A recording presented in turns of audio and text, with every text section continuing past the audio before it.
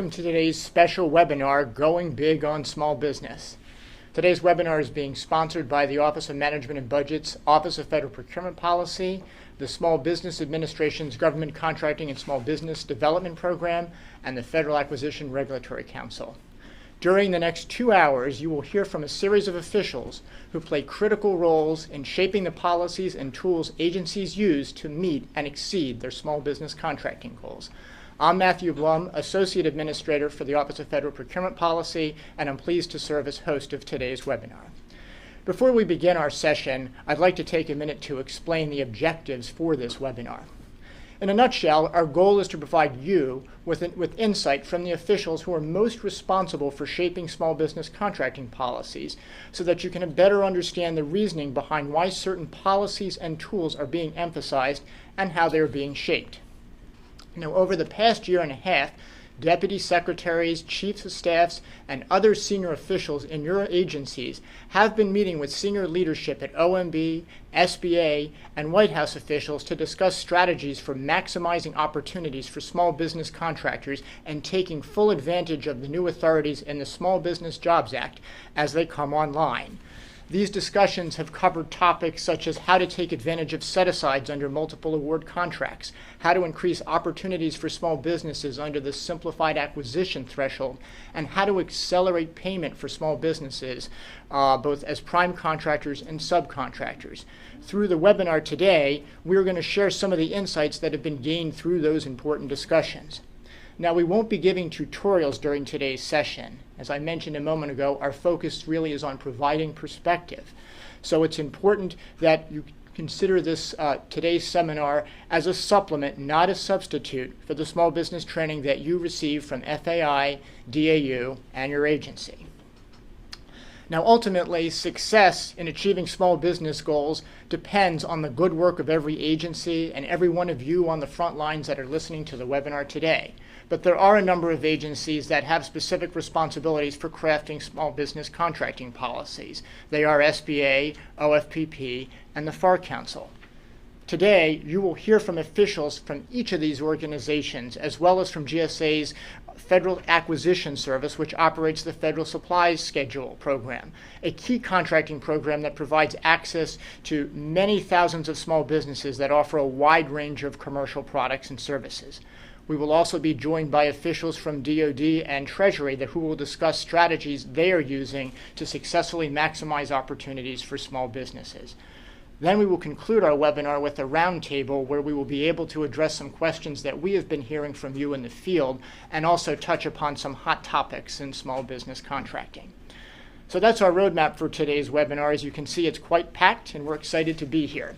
In a moment, we are going to begin by hearing from OFPP Administrator Joe Jordan and SBA Deputy Administrator Marie Johns to provide a framework for today's discussion. But first, a quick programming note.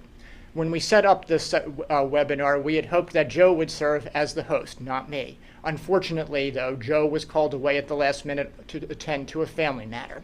However, before leaving town, Joe sat down with OFPP's Susan Truslow to talk about his priorities for the acquisition community and how small business contracting fits within those priorities. Here now is the interview with Joe, followed by words from SBA Deputy Administrator Johns. Hello, my name is Susan Truslow. I'm here today to introduce Joe Jordan, Administrator for Federal Procurement Policy at OMB. Hi, Joe. Hi, Susan. It's great to be here. Thank you. So, for those out there that aren't aware of what OFPP does, can you give us a little summary? Absolutely. The Office of Federal Procurement Policy was created in the 70s to oversee and coordinate government-wide federal procurement policy. What does that mean? It means creating policies and regulations, the rules of the road that govern our acquisition system and how we award the $500 billion in federal prime contracts that go out every year. We also convene the Chief Acquisition Officers Council, a group of agency acquisition leaders that we pull together both to get ideas on what's working and not working and to disseminate new tools, guidance, policies, etc., and make sure that they're all aware. We have a training component. We work with our partners at GSA on the Federal Acquisition Institute to help our civilian contracting officers and other acquisition personnel get trained. And lastly, and why we're here today, we work very closely in partnership with the Small Business Administration to make sure that as a government we're doing everything we can to maximize opportunities for small business contractors. As the new administrator, what are your priorities? Well, there's no shortage of great opportunities and challenges when we're talking about federal contracting. Again, when there's $500 billion going out every year, 1 out of every $6 the government spends, we can do a lot of things to improve and move the needle in a positive direction. But there are 3 initiatives and areas of focus that I really want to highlight. The first, buying smarter. For far too long, the government's bought as if we're 130 mid-sized businesses, as opposed to leveraging our buying power as the largest procurer of goods and services in the world, really driving great value for the taxpayer. Secondly, we've got to build the right supplier relationships. This is a very positive component where we increase and improve our utilization of small business contractors, create a win-win with the job-creating, innovative small businesses, improving our supply chain and the health of that supply chain, as well as pumping more dollars into the economy through those small businesses. It also has an oversight component. We need to make sure that we're only doing business with responsible parties, that we really understand what contractors' performance was, and we're appropriately doubling down on the great contractors and not utilizing the folks who don't have that good past performance or ethics and integrity. Lastly, and one of my the areas that gets me really excited is developing our acquisition workforce. And that means not just our contracting officers, who I admit are the backbone of what we're trying to do in acquisition, but also the contracting officers' representatives and the program managers, the folks who frequently develop the requirements that we need to utilize to go out and buy our goods and services. All of these folks need to be part of our training and development opportunities. And everyone needs to understand that government contracting is not an ancillary function. It's core to everything agencies do to accomplish their missions. We do this both through formal ways, like the Defense Acquisition University, the Federal Acquisition Institute, and various other agency-led training and development centers, but also through informal ways. The Frontline Forum, where we get together contracting officers who are out there every day awarding contracts, and they let me know what's going on. Webinars and talks like this where I can highlight some of the goals, priorities, and best practices, and then just the great interactions I have every day with folks in the acquisition community. So those are all really important initiatives, but how does this tie in with small business and reaching our goals? Small businesses are inextricably linked and fully supportive of every one of those goals. If we're going to buy smarter, we need to increase competition. And if you increase competition, you're pulling in more and more small businesses who are, again, pushing the limits of innovation, driving the high quality goods and services, the high level of customer service that the government wants, and we're going to see maximized use of those folks. If we're building the right supplier relationships, again, that means creating a robust and healthy supply chain full of small business contractors and folks in all of the socioeconomic groups. And if we're developing our acquisition workforce in the way that I think we can, it means both giving them the tools they need to connect with these small business contractors and making sure that they're aware of all the tools and their responsibilities to engage these small business contractors so that we can achieve that win-win, where the government gets access to innovative, high-quality small businesses and the economy grows as a result of those small businesses getting increased participation in federal contracting. Isn't strategic sourcing also a key tool you are promoting as an administrator? Absolutely. Strategic sourcing is one of my top priorities. It fits right in with that buying smarter, with that leveraging the government's buying power. But here's the thing. It is absolutely in line with greater utilization of small businesses. I'm sorry, how does that not mean bundling in a situation? Great question.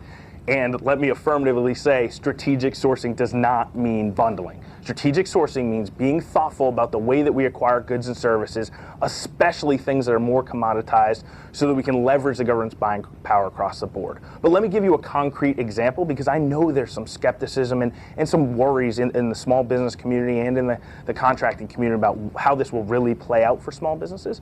And that example is what we've done in our office supplies, or OS2 initiative in the Federal Strategic Sourcing Initiative as part of GSA.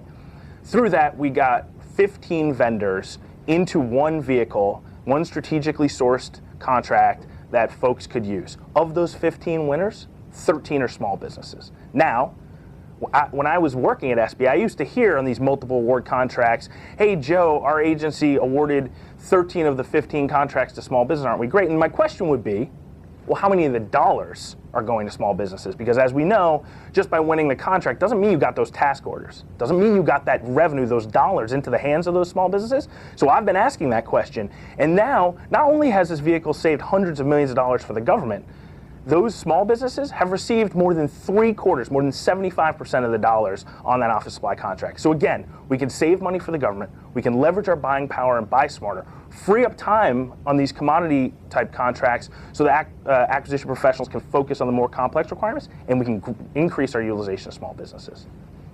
What about insourcing? Isn't that also a priority goal and to take away opportunities from small business? So insourcing is absolutely not a goal. It's not an end in and of itself.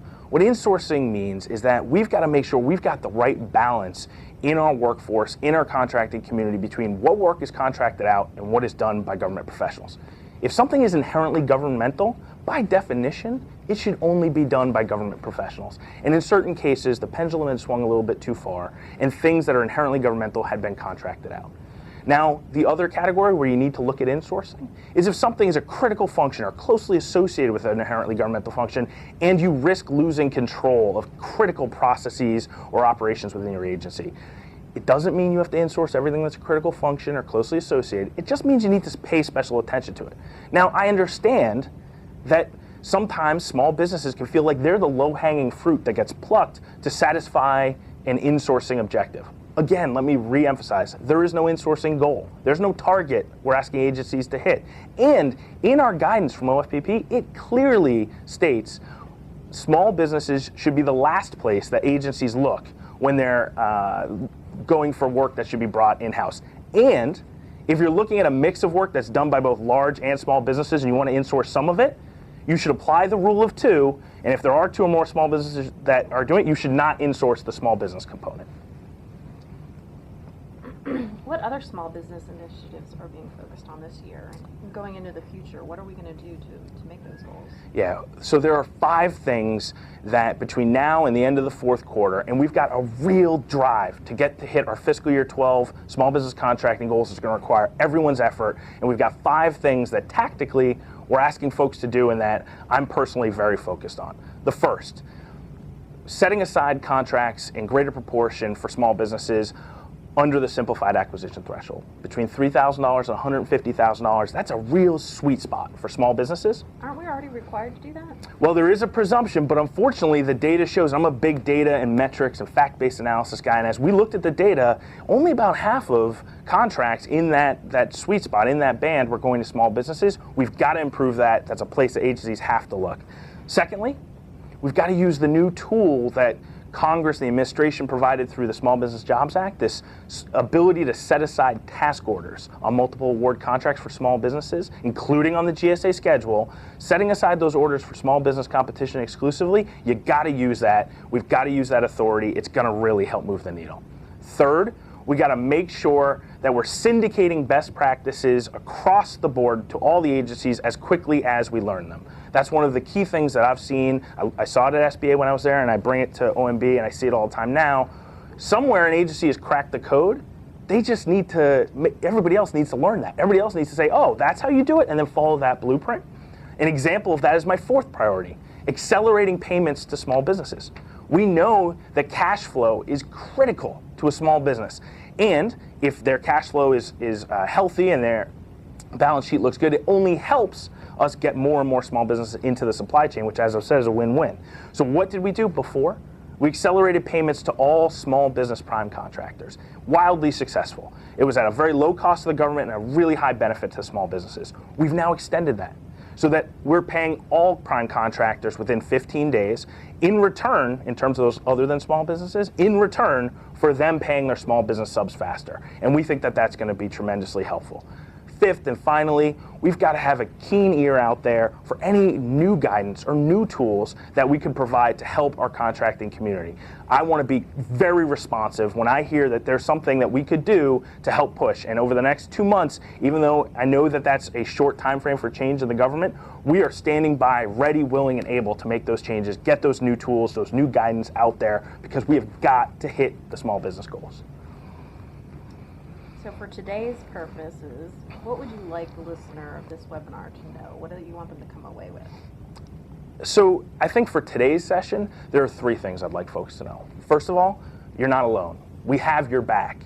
You know, sometimes you don't get to see how the sausage is made inside of, you know, the executive office of the president, or, you know, along with the deputy secretaries that we pulled together. I want folks to know that the conversations that are happening, you've got a seat at that table. Anything that I hear through our frontline forum, through our Chief Acquisition Officer Council, calls with the senior procurement executives, conversations I have with our great acquisition professionals every day, I bring that to that table and they're being heard. I want them to know that.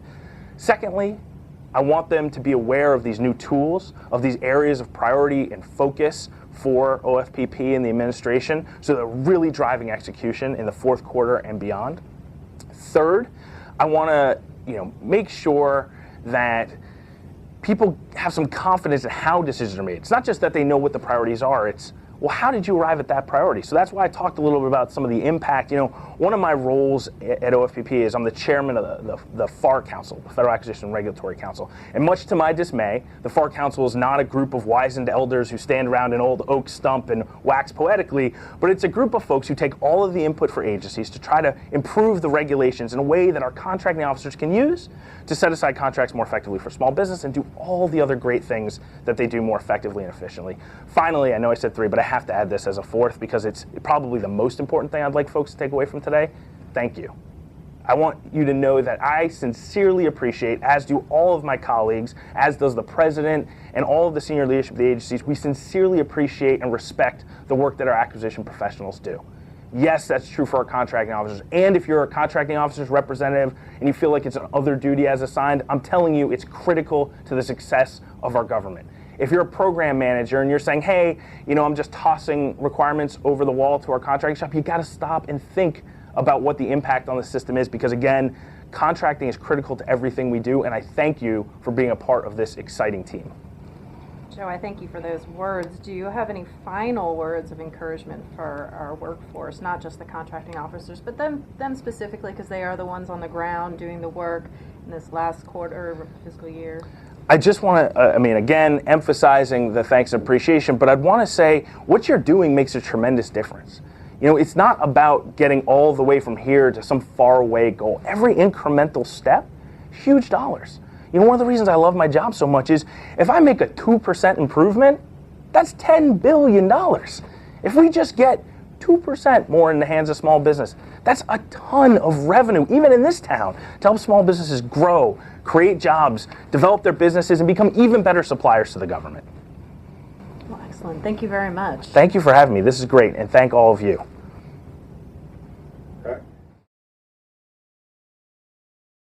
Good afternoon and welcome to the Going Big for Small Business Acquisition Learning Seminar. My name is Marie Johns and I have the honor of serving as the Deputy Administrator of the U.S. Small Business Administration. On behalf of Administrator Karen Mills and the entire SBA team, I want to thank you for all you do to get federal prime contracting dollars into the hands of America's small businesses.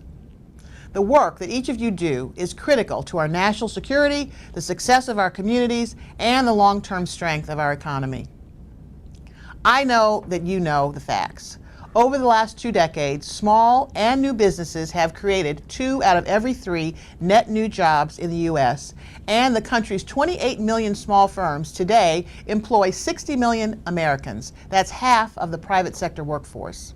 And the reality is, small business contracting is probably the single most important tool that we have at the federal level to help America's small businesses grow and create jobs.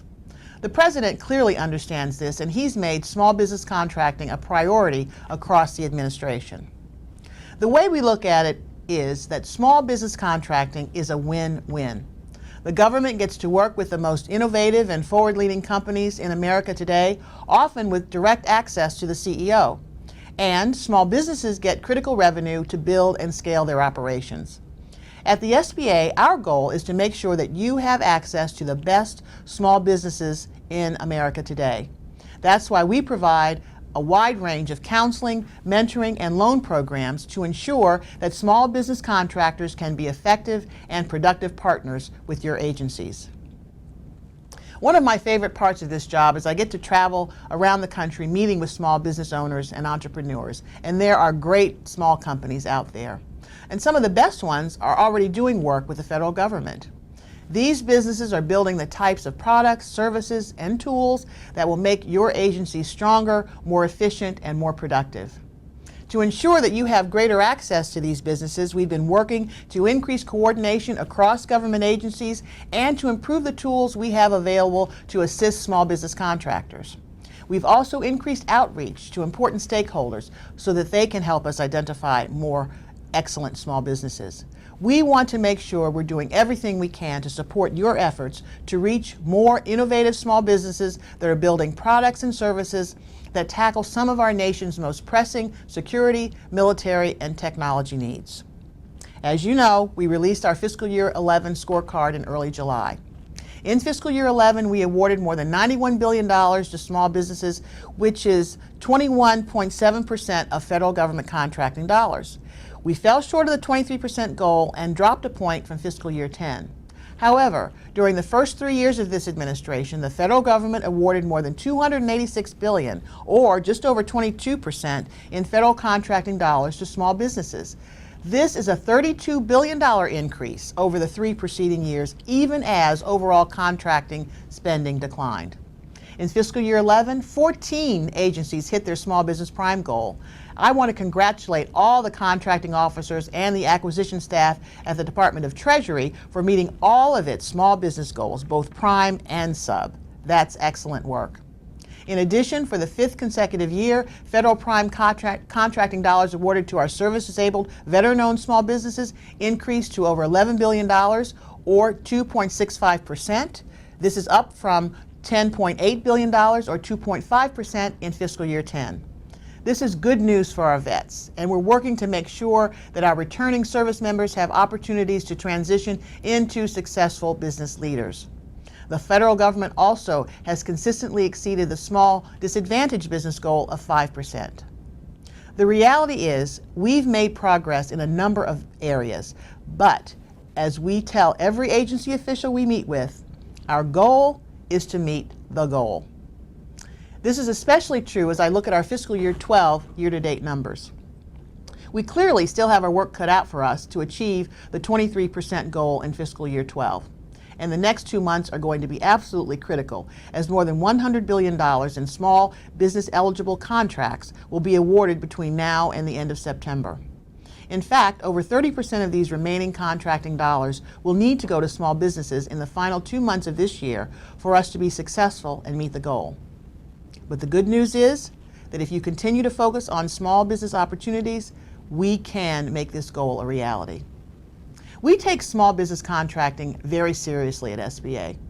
So seriously, in fact, that Administrator Mills and I make it a point to meet with senior leadership from buying activities and commands all over the country to stress the importance of small business procurement, highlight tools like the ones we're talking about today to increase small business contracting, and to talk about ways the SBA can better support buying activities to meet small business contracting goals. These meetings have been incredibly helpful for us. They give us the opportunity to learn about best practices as well as to address challenges that may be impeding contracts. The commanders we've spoken to tell us that they need more small businesses to enter the federal supply chain because they bring the innovation and competition that's crucial to their agencies and to our country's success. I encourage you to take the knowledge you gain from this webcast and use it to educate and empower your staff and your colleagues, because together we can get this done. As I close, I want to share with you about a great small company that's an example of what we've been talking about, located right in Wilmington, Delaware. And in this Olympic season, the owner, Frank Masley, along with his wife, Donna Masley, was an Olympiad in 3 Winter Olympics, and in fact, he carried the American flag in the Sarajevo Winter Olympics. Frank's sport is luge. But Frank and Donna Masley have built a wonderful company. They have 40 employees. They have annual revenues of over $3 million. And what they do is they make amazing gloves that keep our servicemen and women safe wherever they're serving around the globe. The Masleys are getting it done. They're providing an excellent contract for our military. They are a true success story for a small business that is helping our federal government achieve its mission. Together, we can make sure that your agencies have access to the best companies, the best products like the Masleys, and the best services in the world today. And together, we can make sure that America's small businesses are well positioned to do what they do best, grow and create good jobs in communities across the country. Thank you very much. And we're back live. Well, you just heard Deputy Administrator Johns discuss why federal contracting is so critical to our nation's small businesses and their ability to grow, create jobs, and build our economy. Well, within SBA, the primary responsibility for small business contracting rests with the Associate Administrator of Government Contracting and Business Development, and that's John Shoraka. John joins us now live here for the webinar. John, welcome. It's great to have you. Thank you, Matthew. Thank you for having me here today. We're live again. Sorry, we apologize for the technical difficulties, but we're back. And unless you can read lips, you probably didn't hear anything I had to say, but here we go again. So, we know that small business contracting is critical, not only to the Small Business Administration, not only to the administration as a whole, but to the White House specifically. We've had unprecedented collaboration with the SBA, OFPP, the White House, and senior leadership from all the agencies to work with every agency to make sure that meeting the goals is a critical element for each agency. We have quarterly meetings over the last several years to work with these agencies at the most senior levels. We talk about where we are as a federal government with respect to our goals. We talk about where we are with respect to each agency as far as meeting our goals. We talk about how we can collaborate and learn from best practices on achieving our goals. So what are we focusing on as we go into the last 2 months of the fiscal buying season and as we launch into the next fiscal year? As Joe mentioned, there's sort of 3 critical areas that we're focusing on. One is opportunities under the simplified acquisition threshold. And I'll talk about each of these in a little bit more detail, but let me just mention what the 3 are. Opportunities under the simplified acquisition thresholds. The other is providing opportunities for small business set-asides under multiple award contracts. And finally, inserting agency small business contracting goals into the performance evaluation criteria of SES staff. So on the first one, set-aside acquisition thresholds. We know, and all of us know, that the Small Business Act and FAR require that unless the true rule of 2 cannot be met, anything between the threshold of $3,000 to $150,000 be set aside for small businesses. Now, we know that when we analyze this federal government-wide, there is extensive opportunity for improvement in this area. We also know that if we move the needle closer and closer to the 100%, we would be that much closer to achieving our goal of 23% federal government-wide. This threshold, as Joe calls it, this sweet spot, provides opportunity for contracting officers to set aside contracts for our 8A program, for our Hub Zone program, for our service-disabled and women-owned small business programs. But this also helps for agencies to reduce administrative costs. It promotes efficiency and economy in contracting, and it avoids unnecessary burdens for agencies and contractors. So we want to take this opportunity to raise awareness with respect to the simplified acquisition threshold and make sure that all contracting officers are working to encourage that to the extent possible anything within the threshold goes to small businesses.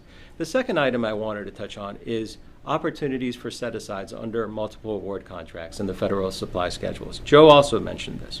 We know that over the last 15 years, more and more agencies have turned to multiple award contracts, to IDIQs, IDVs, et cetera, in the federal supply schedule. We know that the Small Business Jobs Act gave us the authority to set aside now under these vehicles. So we want to make sure that we take the most advantage of this opportunity to get the dollars to the small businesses and make sure that we meet our 23% goal. The Small Business Jobs Act of 2010 provided over 19 provisions to level the playing field for small businesses when it comes to federal procurement.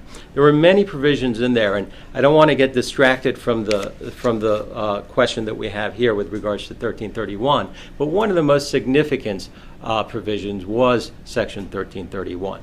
Section 1331 gave discretionary authority to contracting officers to set aside contracts under multiple award contracts under the federal supply schedules. In November 2 of 2011, the FAR Council issued an interim rule. This interim rule allowed and currently gives authority to set aside contracts for small businesses. We want to make sure that agencies take this opportunity, especially if you're not meeting your goals, takes this opportunity to take advantage of this particular tool and set aside under multiple award schedules, under IDIQs and IDBs, etc. We know, as an example, that if we utilize this tool on the GSA schedule by 5 to 10%, we would have an additional $2 to $4 billion. We also know that if we increase set aside just by 4% in IDIQs, we would hit our 23% goal. So this is an excellent opportunity that's out there. We want to, again, raise awareness around this and make sure that we are all taking advantage of this particular opportunity. The last item, as I mentioned, is keeping senior officials accountable for the agency's goals. We have seen significant progress where agencies have implemented this, have implemented accounting and performance metrics in evaluation of senior SES folks. We know that as this happens, our small business specialists who are resident across the country, our acquisition folks who are champions of the small business community have further support to make sure that the agencies are meeting their goals. So in closing, I just want to reiterate the importance of the statutory goal. We've talked, our Administrator Johns has talked about the economy and how this affects the economy, but even broader, I think we have to understand that it's not just, although it can have a significant impact on the economy, it has a significant impact on the industrial base for the country. It has a significant impact on innovation and competition for the federal procurement arena. So we want to make sure that we take advantage of every opportunity that resides out there and make sure that we bring all our tools to bear on this opportunity. John, thanks. That's great, and you've given us a good perspective, especially on the priorities of increasing opportunities under the SAT and this new authority under Section 1331. And we look forward to having you back during our roundtable where we want to explore those issues a little bit further. But now we want to turn to another key player in shaping small business contracting policies, and that's the FAR Council. Actually, it's not just one player, it's four. The FAR Council is made up of the administrator of OFPP, plus the senior procurement executives at DoD, GSA, and NASA. The FAR Council works in close coordination with SBA in developing rules that affect small business contracting and the rules that you see in the FAR. We thought it might be helpful during this segment to take a minute or two to talk about how rules and how laws and policies become the rules that you see in the FAR. And we also thought it would be helpful to focus in particular on the authority that John just mentioned a minute ago in 1331. This authority took a somewhat different approach, we took, I should say, a somewhat different approach to implementing this authority in the FAR. And I think having an understanding of how we are implementing this in the regulations will provide an important perspective for you in the field as you consider and use this authority to increase opportunities for small businesses. For GSA, we have Laura Aletta, and representing NASA, we have Ron Poussard. It's great to have both of you. Welcome to the webinar. Thank you, Matthew. My name is Ron Poussard. And I'm Laura Auletta, and today we'd just like to talk to you a little bit about the FAR, how the FAR gets revised, and why that's important in this environment, and particularly with respect to this rule that Matthew talked to and that John talked to on Section 1331. Great, Laura. We all know that Congress passes bills and the President must sign those bills in order for it to become law. So each year, this process results in laws that impact the federal contracting process, and sometimes very significantly. In most cases, laws are issued that provide some period of time to implement them in the regulations like the FAR, and sometimes we have 180 days to implement a law in the FAR, and that gives some time for the process to take its course. This recognizes that there's a need for a deliberative process before contracting officers are asked to implement a particular law. Changing the FAR is the work of the Defense Acquisition Regulatory Council, or the DAR Council, and the Civilian Agency Acquisition Council, or the CAC. Together, these councils review the laws that come out, assign the work of analyzing and drafting FAR language, including clauses and other things that might affect your contracts, and they assign those to specific teams, and manage the publication process in the Federal Register to include a process that asks for, solicits comments, and responds to those comments to the rules that are published. These councils do this by issuing proposed rules, interim rules, or a final rule. A proposed rule solicits comments before making the FAR change effective, whereas an interim rule goes into effect while the comments are being solicited. And a final rule is the product of those processes that ultimately publishes a change to the FAR. These rules are typically approved by the FAR Council, which is made up of DoD, GSA, and NASA. And they're published in what we call Federal Acquisition Circulars, or FACs. This process is important to ensure consistency in the application of laws across the federal contracting process. It's not the desire of the process for each and every contracting officer to develop their own clauses to implement specific provisions of law. Other agencies can also issue rules within their areas of responsibility, and they can impact the contracting process and require changes to the FAR. SBA is one example of an agency whose policies and processes can be directly related to the contracting process and require change. It is important to understand, though, that contracting officers must follow the FAR until it is changed or a deviation is approved. So Laura is now going to talk about this process, in particular focus on the SBA rules that were mentioned earlier. Thanks, Ron. You know, it's interesting because normally what we would expect to see in something like this where we have a law that's enacted, we would normally expect to see SBA move out and begin implementing that regulation in their regulations. In this case, we took a slightly different tact. And why did we do that? Well, with Section 1331 of the Small Business Jobs Act, it did a few things, but among them, key was the ability for contracting officers to set aside task and delivery orders under multiple award contracts, including GSA Federal Supply Schedule contracts. Well, what we know about ordering under these multiple award contracts is that it's become increasingly popular over the last decade or so. It gives great advantages to agencies in terms of streamlining to meet their mission-critical needs. What we know about the set-asides that we're all familiar with is that they're a very important tool for getting us to those nimble, innovative contractors who help us, small businesses who help us meet our mission-critical needs. Unfortunately, there was silence in the FAR about set-asides. How do we apply set-asides to these great streamlined acquisition vehicles known as multiple award contracts? Well, recognizing this and recognizing what Section 1331 did to bring these two things together presented us with, and the agencies, with a tremendous opportunity. Here we have this great streamlining tool that they've been using and that they're very familiar with. And over here we have set-asides. Together, combining them, it was a very powerful combination.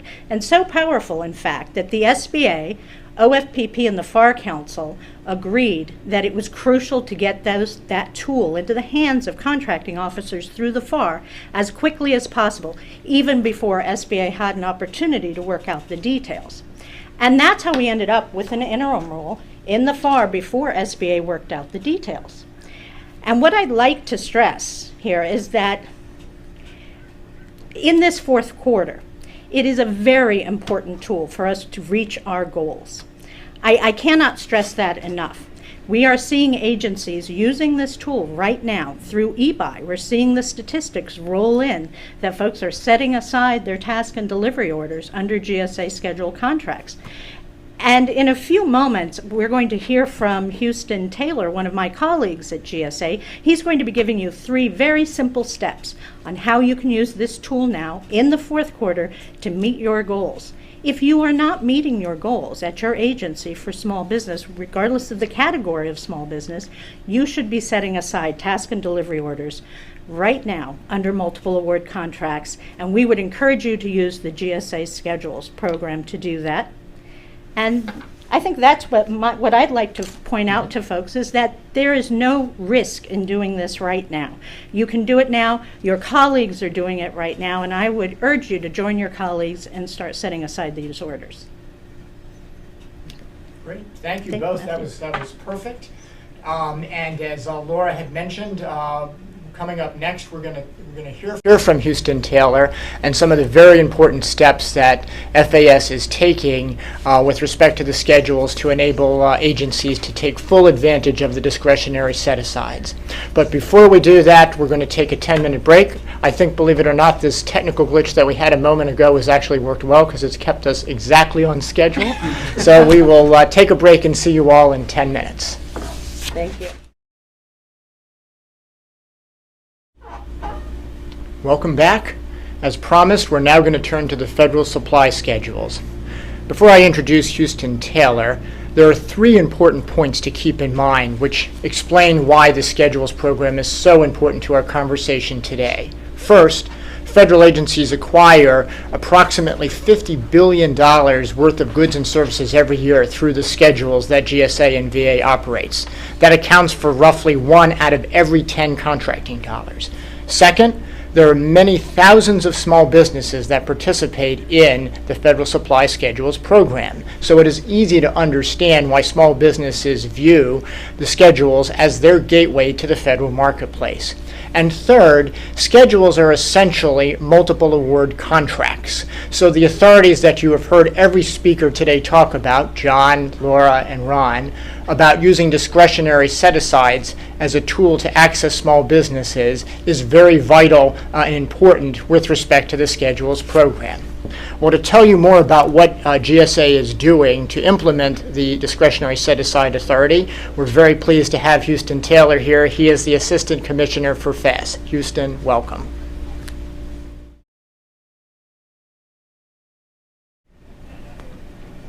So we're back with, I think, our technical difficulties resolved.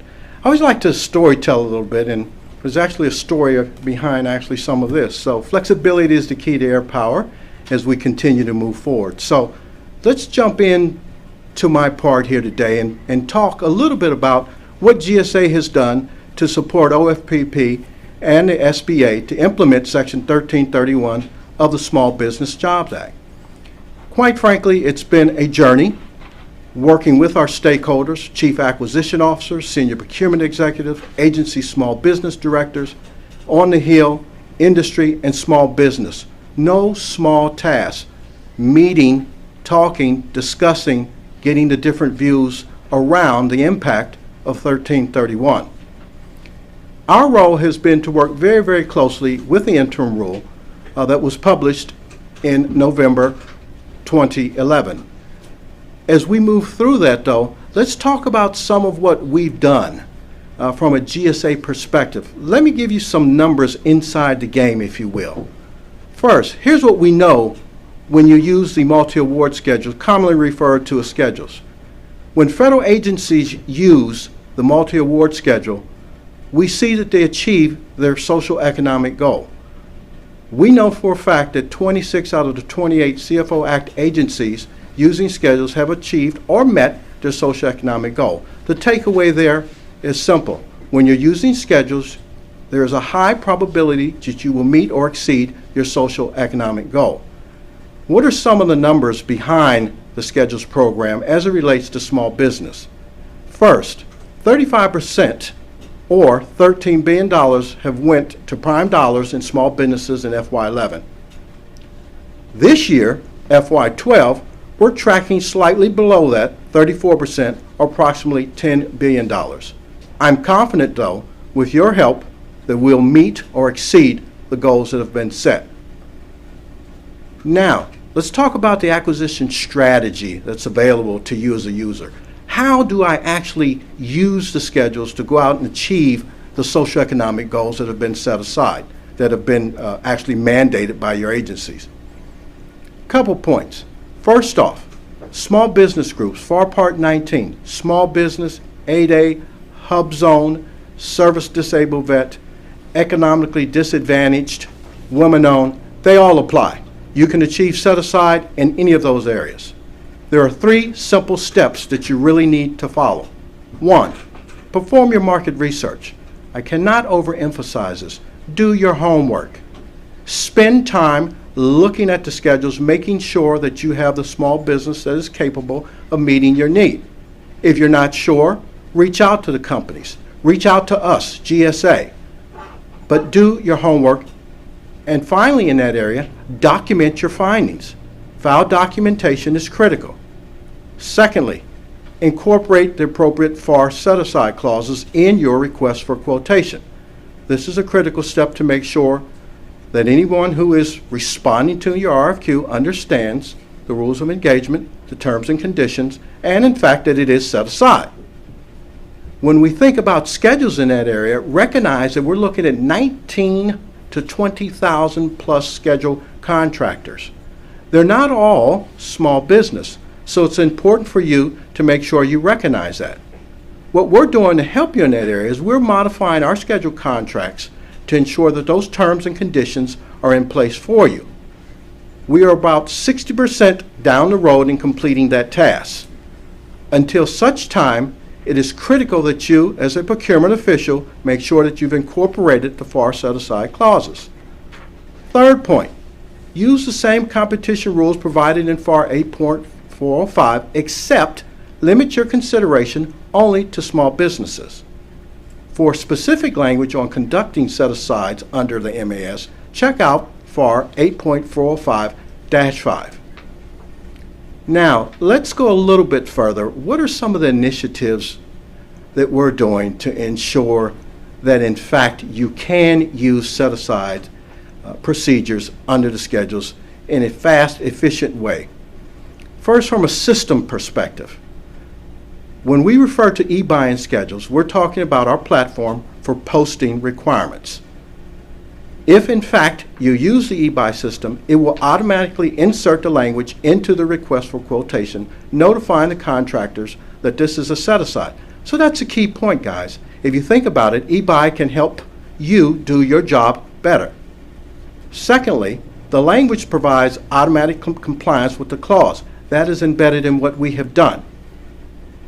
It restricts access to the set-aside to RFQ holders only with small business. In other words, if a large business attempts to get in, they will get the notice that the requirement has been set aside. Again, making your job a little bit easier. Functionality. Let's talk about some of what we're seeing. I think it was alluded to earlier. What's really happening? Are federal agencies using e-buy? Are they using schedules? We're starting to see preliminary numbers in that area, and I want to share some of those numbers with you.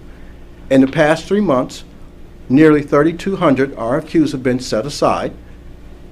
In the month of June alone, we've seen that number approximately 20% of 7,400 RFQs were posted, set aside. That tells me as a procurement official that you guys are getting the information, you're understanding it, you're using the tool in front of you. Clearly, we can do better. We will continue at GSA to monitor the data and provide feedback to the federal agencies. Now I want to move into an area of training our acquisition workforce and industry. Putting tools in place, putting regulations in place is a great thing. But if the workforce isn't trained, if they're not armed with information, then we fall short. Mr. Jordan touched on it when you talk about the acquisition workforce, and it is a passion with me as well. At GSA, I encourage you, take a look at our YouTube videos. We've got 2 of them out there on how to do small business. We've had over 1,100 views at this point. We've got a blog on Interact, GSA Interact. Take a look. Over 8,000 hits up to this point. A lot of good information. Frequently asked questions and answers. How do I do this? We have an FAQ on the website. Nearly 7,300 hits. Take a look at the policy. Take a look inside our portal. Finally, in the area of training, we've got training out there for industry as well as our contracting acquisition workforce. That training is available through our webinars, through our YouTubes. So please keep it in mind. Take advantage of the training. When we think about going big for small business, this is our call. I again want to thank you and your effort, your support in meeting our social economic goals. Houston, thanks very much. That was great.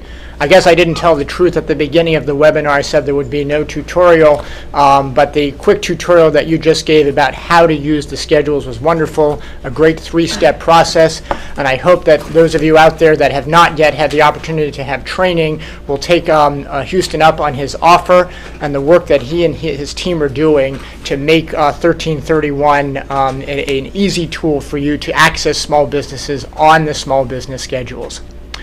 Well, now we've heard from officials who play key roles in shaping policy, and we've heard a little bit of a tutorial. Now we want to hear from a few agency officials to talk a bit about some of the strategies that they are using in order to maximize opportunities for small business contracting.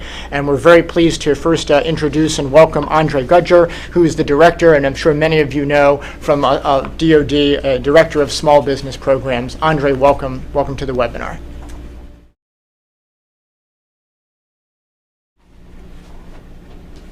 Thank you, Matthew. It's great to be here.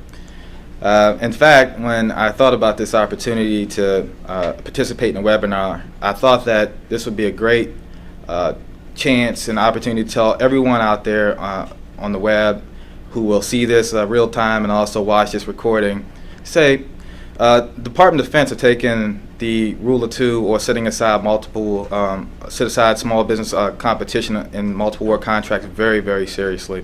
In fact, last year in June, myself and the head of Procurement and Acquisition Policy, Mr. Dick Jimman, signed a joint memo, and it was one of the first steps, in fact, a quantum leap in the right direction, that allowed us to encourage our entire acquisition workforce to, when looking at plan acquisition, setting aside task orders under the federal supply schedule and multiple award contracts for small business.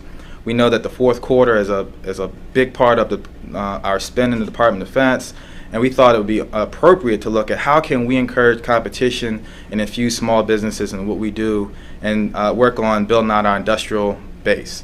And that was the step that allowed us to implement further the 1331 guidance in November, where it was possible for us to set aside multiple award contracts for small business. We thought that getting our workforce trained would be a key element of that. So in November of last year, we got guidance out to our entire acquisition workforce of over 27,000. And I must thank all of them for the hard work that they've done so far in improving their numbers, improving our competition numbers. I had to thank all of our small business directors. There are many, and we had a host of small business stories. In fact, it was very difficult to even choose one or two to present to you today. But I think that we've looked at this and said, hey, our great colleague at GSA talked more about the implementation of 1331 and how it's been very successful for GSA. And DoD is a large user of the GSA schedule. So one of my success stories in DoD is a GSA federal supply schedule, where it was a set aside for the Department of Navy, and it was a change in the culture, for lack of a better term. It's been a large business set aside of about $11 million for the past decade, and in fact, the incumbent was performing well. But when we use market research, going back to that memo we signed out in June of the prior year, when we encouraged use of market research for all planned acquisitions, it uncovered that there were small businesses that could perform this type of knowledge-based services work. And after a meeting, and a collaborative meeting with the SBA, our great partners, the Procurement Center representatives, our small business specialists, and the contracting officers, it was determined that this opportunity could be set aside for small business competition. Again, it was a quantum leap in the right direction for us at the Department of Defense. The Navy was a leader in this procurement, and since then, other great stories have followed. A second best practice of implementation of 1331 was the Air Force, where the Air Force actually had a very unique requirement for the Joint Terminal Attack Controllers, which is what we use to train our young men and women in the services as they preparing for combat. Again, it was a very difficult procurement. It's traditionally been done by a large business, but through market research, again, we found that small businesses could compete if we looked at the requirements very closely and broke out pieces for small businesses to perform what they do best and look for the innovation that they have been giving us. And so we did that, and the procurement was a very large overhaul of 55 systems and training modules worldwide. And again, we have a good success story with the Army, with the Navy, a great success story with the Air Force. And then I would like to say one of our biggest and best success stories came here recently in a sources sought. So I'm encouraging all of you businesses out there who look at sources sought and take it very serious. We use sources sought as one of our means of market research. So we put out a sources sought notice on a $7 billion procurement, full and open, unrestricted competition. And we didn't get the response that we thought we should get. So in my office, we said, hey, we understand that there are small businesses that can play. And so we encourage a second round of a request for information from industry. And industry responded very well. And it was, I would say, it will serve as as a paramount to our process and looking at here's the benchmark for us on our way forward. And we took a $7 billion procurement and we set it aside with multiple award, I guess it's connotations, where there be large and small business awards made on this contract. We have built on and off ramps to allow for healthy competition over the life of the contract. And small business right now, we've reserved, although it's not awarded, we have estimated reserving about $3.5 billion of that $7 billion for small business competition, where over the past 10 years, small business only served as a subcontractor. And so we again think that that this is the right direction. We received an enormous amount of positive feedback from industry. And I think that this new regulation will ensure that healthy competition is maintained. It will be a shining example in the Department of Defense, and it promotes additional opportunities for small business success. I would like to wrap up in thinking about some of the best practices. The department has taken it even one step further. We're looking at even some of our existing contracts, long-term contracts, and seeing where the rule of two can apply within even existing contracts. And so it's not just on new contracts. We're doing a very, very fine scrub. And in fact, our head of Defense Procurement Acquisition Policy and myself just crafted our second memo about multiple award contracts.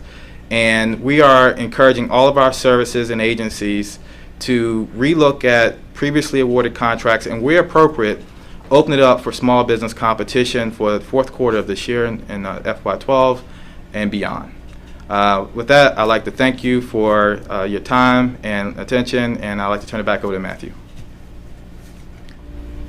Andre, thanks very much. Everybody knows what a critical role DoD plays in acquisition, and we greatly appreciate the leadership that you and your team are showing to increase and maximize opportunities for small businesses, and we especially appreciate your sharing some of your secrets for success. Now, at the beginning of the webinar, you heard Deputy Administrator Johns mention that the Department of the Treasury met all of its goals, all of its small business goals in the last fiscal year, and that includes just for small, not only for small businesses, but also for small disadvantaged businesses, service-disabled, veteran-owned small businesses, hub-zone small businesses, and women-owned small businesses. So it's really quite a feat, and we are very pleased to welcome Pam Wilson, who was a business analyst at the Department of the Treasury, as well as Jake Hansen, who was the director of the Office of Procurement at IRS. Please listen carefully, because we're all waiting to hear their secrets of success so that we can duplicate, or to use Joe Jordan's favorite word, syndicate it throughout the government. Welcome.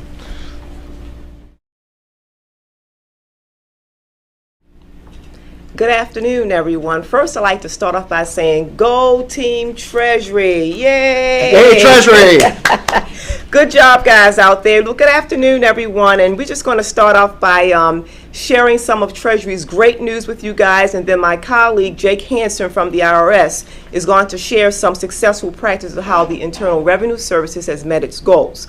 So we're going to get into some of our great news. First of all, in fiscal year 11, our Treasury-wide small business campaign, which was called Crush the Goals, resulted in a landmark achievement. For the first time ever, Treasury not only met but exceeded all 5 of its small business contracting goals. Treasury exceeded both of our 2 most challenging goals, which were the Hub Zone and the Service-Disabled Veteran-Owned Small Business Goal by 1%. We more than doubled our goal for contracting with women-owned small businesses as well as small and disadvantaged businesses. Treasury also earned a rating of A+ on the SBA scorecard for its small business contracting achievements. Also, our senior procurement executive back on July personally issued a letter to all of our prime contractors requesting that, number 1, they accelerate payments to small businesses, 2, consider modifying the existing contracts to include clauses to pay the small business in an accelerated manner, and then asking that they insert similar clauses in future contracts with the small business contractors. So in fiscal year 12, Treasury is on track to repeat these same successes. Next, I would like to address how Treasury is implementing the 3 White House asks. The first ask of the White House was for leadership accountability. Treasury has 3 levels of leadership accountability. 1, comprehensive reports are disseminated weekly to Treasury small business acquisition community. 2, the small business goal attainments are discussed monthly during our Treasury Acquisition Council meetings. We call them our TAC meetings. And 3, regular reviews are conducted quarterly by our Deputy Secretary, Mr. Wolin, and the Senior Procurement Executive, Mr. Thomas Sharp, during our senior level management meetings. During fiscal year 11 and 12, the small business goals were included in all of our performance plans for our Treasury's procurement staff, senior executive service, and the acquisition staff. Deputy Secretary Mr. Wolin has gone above and beyond by aggressively setting Treasury-wide overall small business goal at 35% versus the 32% statutory goal. It is noteworthy to mention that Treasury holds its non-appropriated bureaus to the same standards as our appropriated bureaus. When Treasury combined the non-appropriated with the appropriated bureaus, our goal increased from 34% to a whopping 63%. The second ask of the White House deals with simplified acquisition thresholds. Treasury has been very aggressive in ensuring compliance with the SAT requirement, reporting above the government-wide goal of 65%. Treasury is currently at 71%, and we're getting there by having policy controls in place. One of our policy controls is that all procurement files must include acquisition plans that are reviewed by Team OMWI and Office of Small Business Development. And 2, the plans are reviewed by a small business specialist, and large business recommendations are challenged if any are necessary. The SAT status for each bureau is then reviewed quarterly by our Bureau Chief Procurement Officers and Bureau Heads. The third ask of the White House deals with multiple award contracts. We've been asked to consider using the multiple award contract for small business set-asides if we have not met our goals. Although Treasury has met the goal for fiscal year 11 and we're on track for meeting those goals for fiscal year 12, we're now going to utilize our TIPS contract, which is the Total Information Processing Support Service contract, which is Treasury's largest IT MAC, to the tune of about $450 million. And the cybersecurity component piece of that is exclusively held for our small businesses.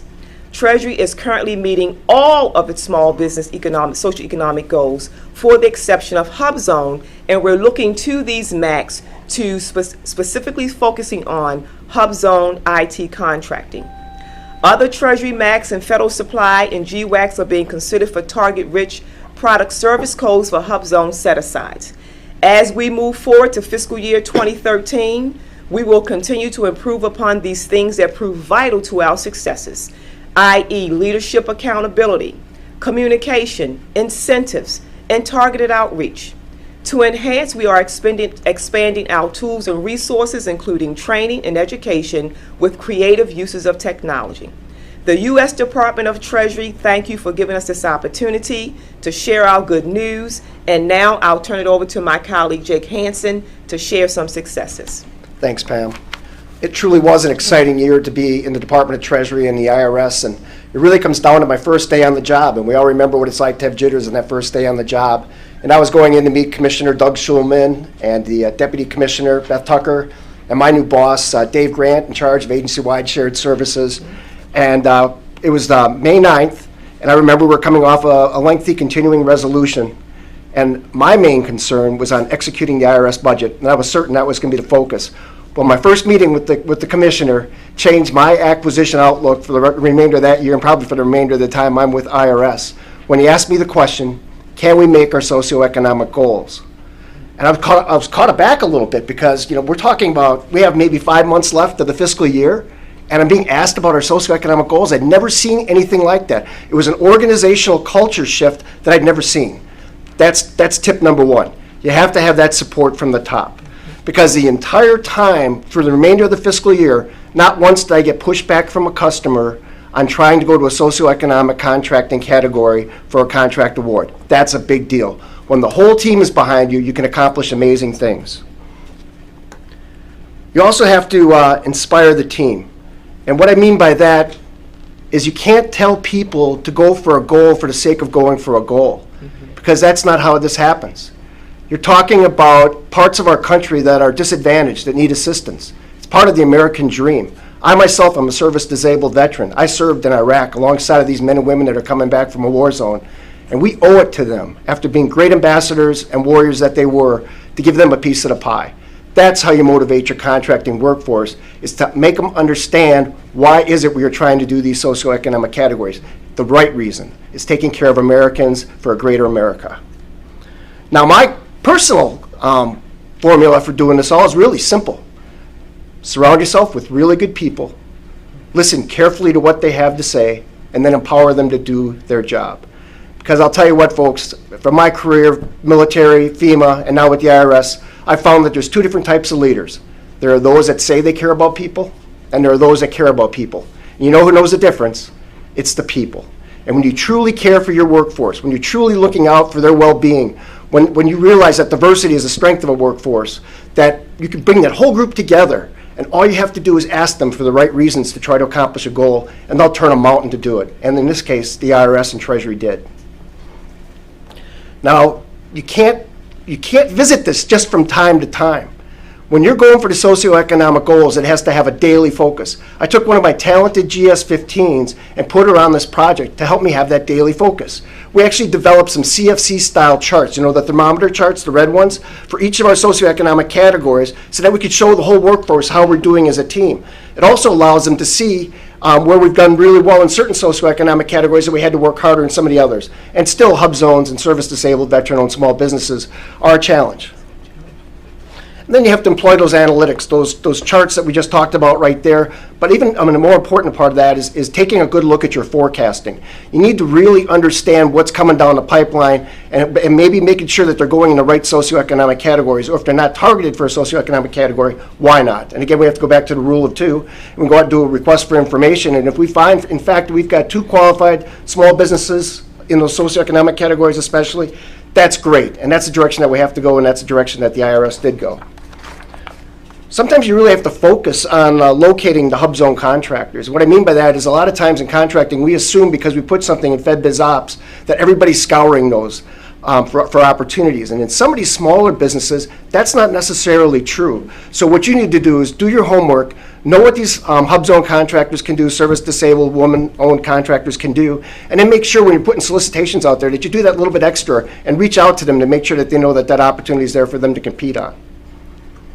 Also go to your large contractors and ask them for their sources of supply for hub zones and other service-disabled and women-owned businesses. Leverage the flexibility that's inherent in the regulations. If you're an 8A contractor, and if you're an 8A hub zone or 8A hub zone service-disabled veteran-owned business, that's a triple win for us. And you know what? I'm going to be searching you out because we do have flexibilities to help you get some of those contracts. And celebrate every success. For every award made to a hub zone, service-disabled, woman-owned contractor, I personally send out an email to the entire contracting chain of command, including many for the larger awards, to Beth Tucker, our Deputy Commissioner, and even sometimes to Commissioner Schulman. Celebrate. Folks, we are in one of the most exciting career fields that exists in the federal government. You have to have a passion and get excited about reaching these goals. You got to get your organization fired up about it and get their commitment to reaching them. And you know what? You can. Thank you very much. That's great advice, and I'm sure all of you are feeling the same thing that I am, which is when you listen to Pam and Jake speak just for the few minutes that they shared with us today, nobody questions or wonders why Treasury is meeting all of its goals. Congratulations again. Well, in a minute we're going to move to our roundtable discussion. First, just a quick announcement.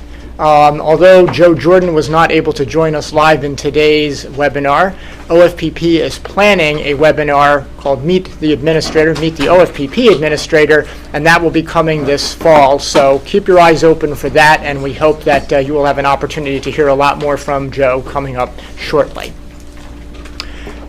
And I think I am now going to scoot my chair down for the gymnastics part of our roundtable. And I thought, guys, I should reintroduce everybody. We have Laura Aletta, we have John Shoraka, and we have Ron Poussard. I'm, of course, still Matthew Blum. And I thought that would be good maybe to start our roundtable with a couple of the issues that we've been talking a lot about that are the key priorities, John, as you noted, that we've been talked about with the Deputy Secretaries, with the Chief of Staffs, with the Small Business Directors, with the Senior Procurement Executives, any official we can find to make sure that these messages are getting out. Our first question deals with, that we hear a lot from folks, deals with the SAT. And essentially, what's new here? We know that for many years, the Small Business Act has had a statutory requirement to set aside work for small businesses if the rule of two is met. So what is it that we want to see agencies doing differently or beyond what they currently are doing?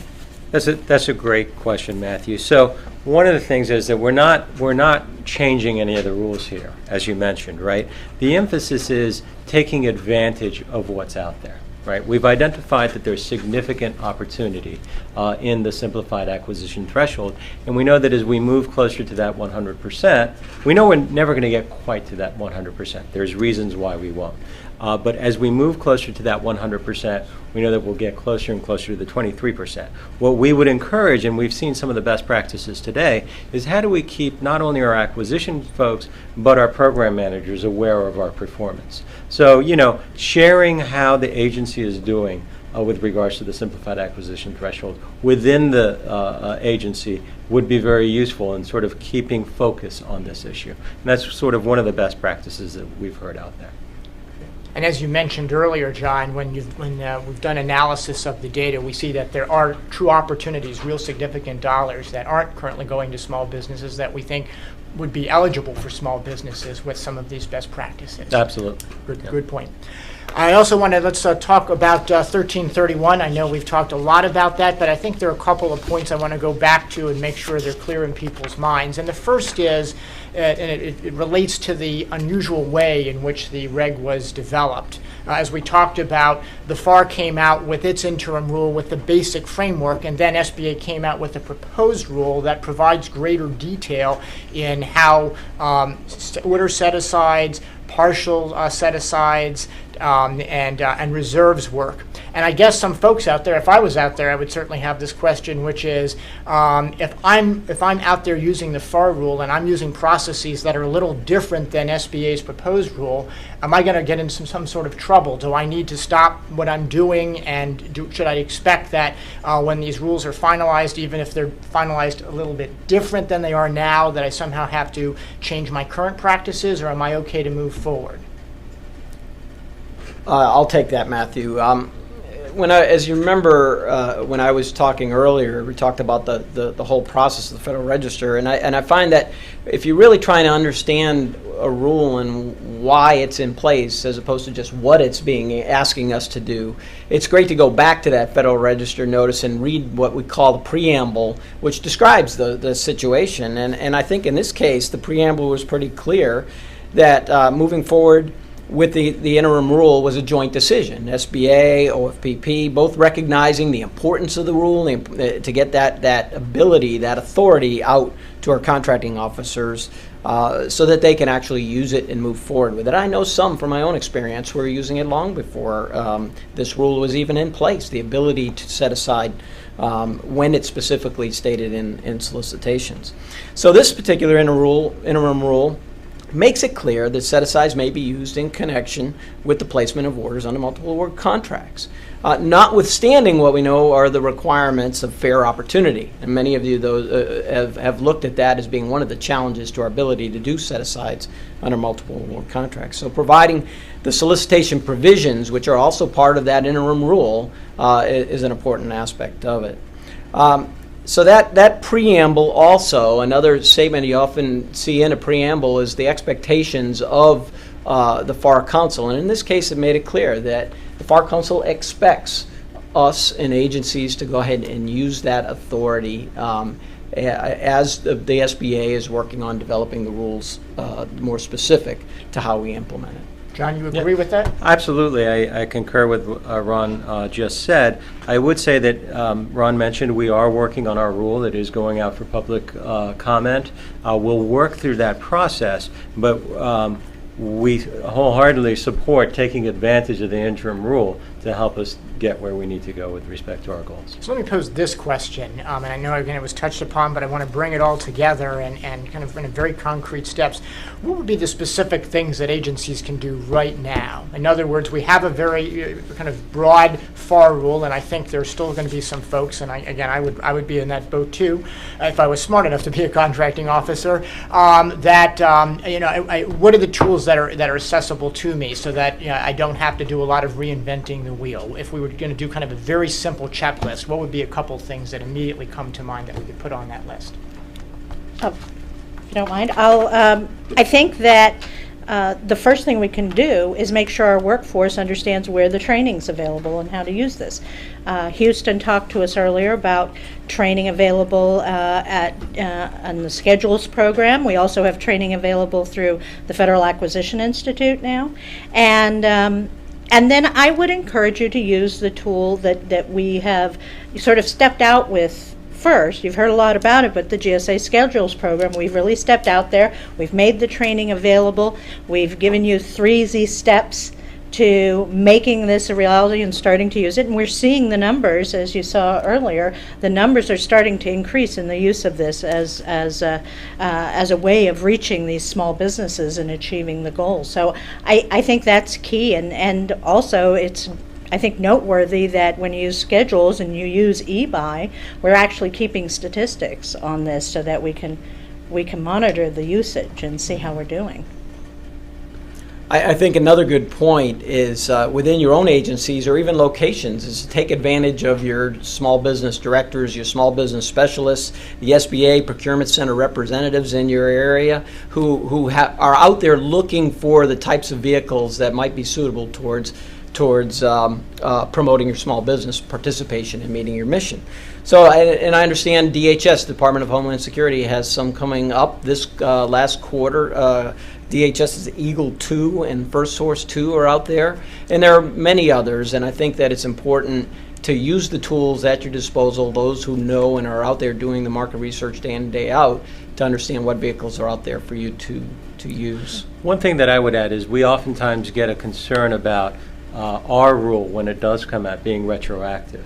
We want to make it clear that our rule will be forward-looking. So there isn't a concern that, I used the interim rule and I may have done something awry of what the SBA may come out in the future. Our rule will only be forward-looking and not retroactive. So get yourself trained on the schedules, talk to your OSDBUs, look for contracts where they're either online or coming online where they already will incorporate the ability to do and use the discretionary set-asides, and then also be rest assured from SBA that the good work that they're doing is going to be prospective, not retroactive. And I should also just put a point in, not to forget that SBA did a very comprehensive listening tour last year. So I think one of the reasons why it's taking some time to get these rules in order is in order to digest all of the good thinking that you've heard from people throughout the country, both agencies and in the private sector. And this is complicated, let's face it. So we need to do it right, and we need to make it understandable and practical for our workforce. So we're going to get there, and I think those are good steps for moving forward. I think I have one, Matthew, for OMB's. I see our webinar is now up. Yes, all right. So background. We've been hearing about something called a quick pay initiative. And we know recently OMB sent out a letter concerning accelerating payments to small business subcontractors. Can you talk a little bit about what quick pay is so that our folks understand what's going on? Right. That's actually a great question, Ron. I'm glad you brought that up, and it is very important to the Office of Management and Budget, I think, for very understandable reasons. I mean, simply put, faster payments increase liquidity. They unlock capital that small businesses need and can use to reinvest, to grow their companies, to hire people, and to strengthen our economy, and also to increase their participation in federal contracting. And last fall, OMB established the quick pay policy to essentially waive cash management policies that are in the Prompt Payment Act. Typically, agencies are required to pay their businesses within a 30-day window. By waiving cash management, we created a goal that agencies should aim to pay their small business prime contractors in a 15-day period whenever possible, to the maximum extent practicable. That was last September. This past July, we built on that quick pay policy and extended this to accelerate payments to small business subcontractors. And the way we did that in our policy that we issued is really a two-step process. Step one is that we've asked all of the agencies to accelerate their payments to all of their prime contractors, small and large, with the goal that this will incentivize them to then turn and pay their subcontractors in a faster pace. So agencies are being asked to encourage their prime contractors to accelerate their payments to their small business subcontractors, and the FAR Council has a role in this process. They've developed a temporary clause that we will soon be sharing with agencies, hopefully this week, to help with the acceleration of payment between the prime contractors and the small business subcontractors. But getting the money into the hands of small businesses at the prime level and the subcontract level, I think, is really important to our nation's economy. Thanks. And John, I understand that we've been getting some stories from you guys that we're getting positive feedback from the small businesses. Absolutely, Is that right? absolutely. As Marie mentioned, both our administrator and our deputy administrator do a significant level of traveling across the country and meet with small businesses from Main Street to government contractors, and the effect that this has on the cash flow for a government contractor, especially a small business, can't be explained enough. A lot of folks will say, well, it's money, you got it, what difference does it make if you got it 15 days earlier, or 20 days earlier for that matter? But the cash flow impact on a small business can be significant. When payroll has to be met, when expenses have to be paid, they don't have to borrow. They can get their payments quicker, and that has a significant impact on a business ability to grow and be successful. Great. Well, there's a lot more to come. As I mentioned, we'll have the FAR Council has put together a deviation. We'll be working on rulemaking and also thinking about the long-term strategy for what are the best policies to get this into the FAR on a long-term basis. Thanks. That's great. Well, another question that we hear frequently from the agencies, from you out in our listening audience, is where can an agency go if they need help with their women-owned small business rules? The authority for women-owned small businesses has been around for some time, but the rules are relatively new, and there's some challenges to make sure that you get it right. And I know SBA has been doing work on that. John, can you give us a few points of absolutely? So you did mention that the authorization from Congress has been around for some time. It was, I think, in 2000 when that authorization was given. The rules themselves weren't really addressed and brought to bear until the administration came and took that on in 2011. And as you know, women-owned small business businesses and economically disadvantaged women-owned small businesses have an opportunity to sort of have a level playing field to participate in government contracting. We do know that the program is unique. There's particular NAICS codes that apply, and there's a lot of uniqueness around the program. So we've developed a training course specified towards contracting officers, but it's available for everybody that might want to learn more about the program. The course itself is on our training portal. It's sba.gov/GC Classroom, but we've also shared it with FAI, and it's under their site under other learning opportunities. And I understand that web link will be posted at the end of this webinar. But again, I'd encourage, there's multiple things that we've looked at with regards to GC Classroom, the SBA site, and there's multiple opportunities for contracting officers to look at that website and sort of make themselves aware of what's out there. And John, thanks for reminding me. At the end of the webcast, as you mentioned, we will actually be having a series of resources that we'll post for you, so you can do some follow-up after the session and know where to find this information. Well, I want to switch gears a little bit. We've been talking about some policy and regulatory issues. Let's just take a minute to touch upon legislation related to small business contracting. As I'm sure you know, if you've been following Congress, there's been a lot of discussion of small business issues. In fact, in the House bill for the National Defense Authorization Act for 2013, I think I counted approximately or close to 40 provisions, and they cover the landscape from acquisition planning, training, contract bundling, the Meta-Protege program, the role of the OSDBU, SBA's Procurement Center representatives, goaling, all sorts, everything you can think of. Now, just as a caveat, the administration is in the process of working through and reviewing those provisions, so we won't be able to share views in terms of the specifics of those provisions. But I did want to kind of step back for a minute, and when you look at this and just take into the perspective, again, in today's webinar and the purpose being perspective, what might folks take away from the fact that we have, so much going on in the Defense Authorization Bill, these 40 provisions? Is there anything that message that we can get from that? I can take a stab at that, certainly. I think it shows the amount of focus that is on this arena in federal procurement, and especially for small businesses. It shows that This is very visible, not only to the White House and the administration, but also on the Hill. And as you mentioned, it would be premature to sort of comment on specific provisions, but we've seen how this has culminated in the White House Procurement Group that meets quarterly to address goals and best practices as we're discussing today. We've seen this with regards to the Small Business Jobs Act that we mentioned earlier today, and the 19 provisions for leveling the playing field when it comes to small business procurement.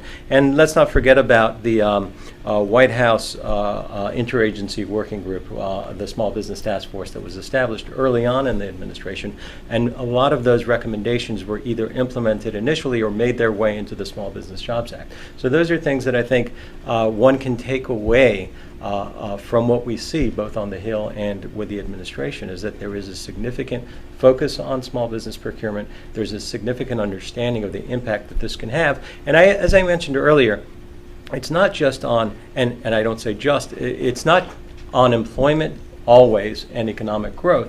It's with regards to the innovation and the capabilities that it brings to the federal procurement arena and the overall industrial base that needs to be maintained. That's great.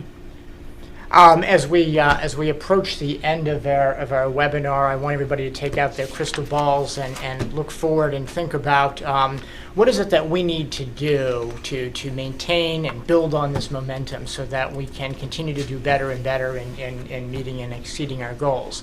Now, at the beginning of the webinar, we heard Joe, when he was talking to Susan, he mentioned a number of steps that we need to focus on, and in his mind, he mentioned several that we've dwelled on: maximizing opportunities under the SAT, taking advantage of 1331, accelerating payments to small businesses, syndicating best practices.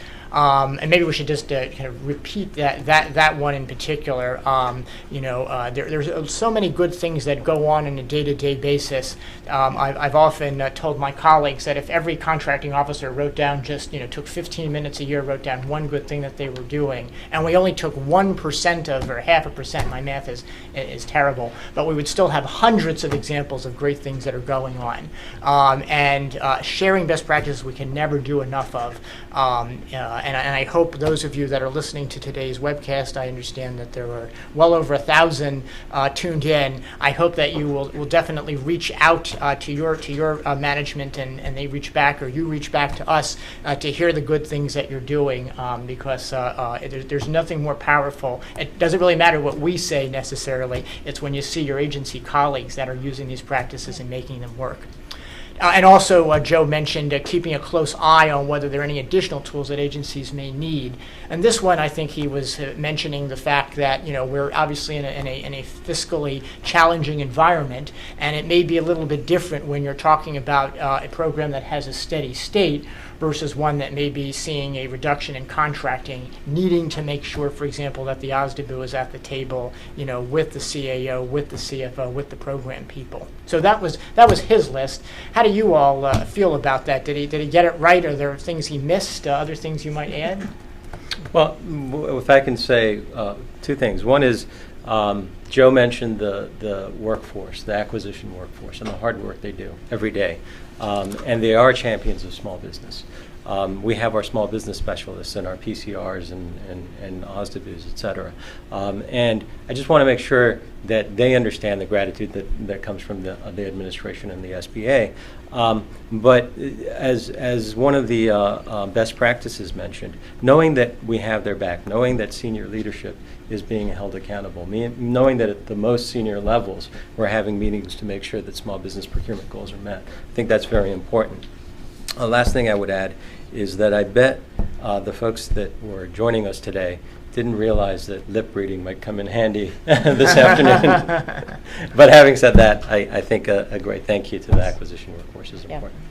Thanks for mentioning them, John. We appreciate that. I just thought I'd add one other thing, and that was just, how when we're looking at achieving these goals and we have to focus so much attention in the fourth quarter, I think it goes back to what Jake said earlier, which was we need to have this sort of focus throughout the year.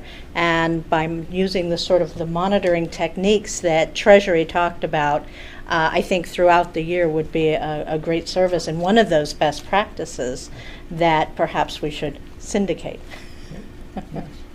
And I'll just add market research. If there's anything more critical to bringing in capable firms into our missions, is to be able to do solid market research that where we can be able to match requirements and against capabilities that are out there. And I think the more we can share market research in common areas across agencies, within agencies even, the more, and help those that are drafting requirements and have needs to be able to structure requirements in ways that we can maximize the opportunity for small businesses, critical for achieving those mission requirements, in addition to the goals and other priorities that we have.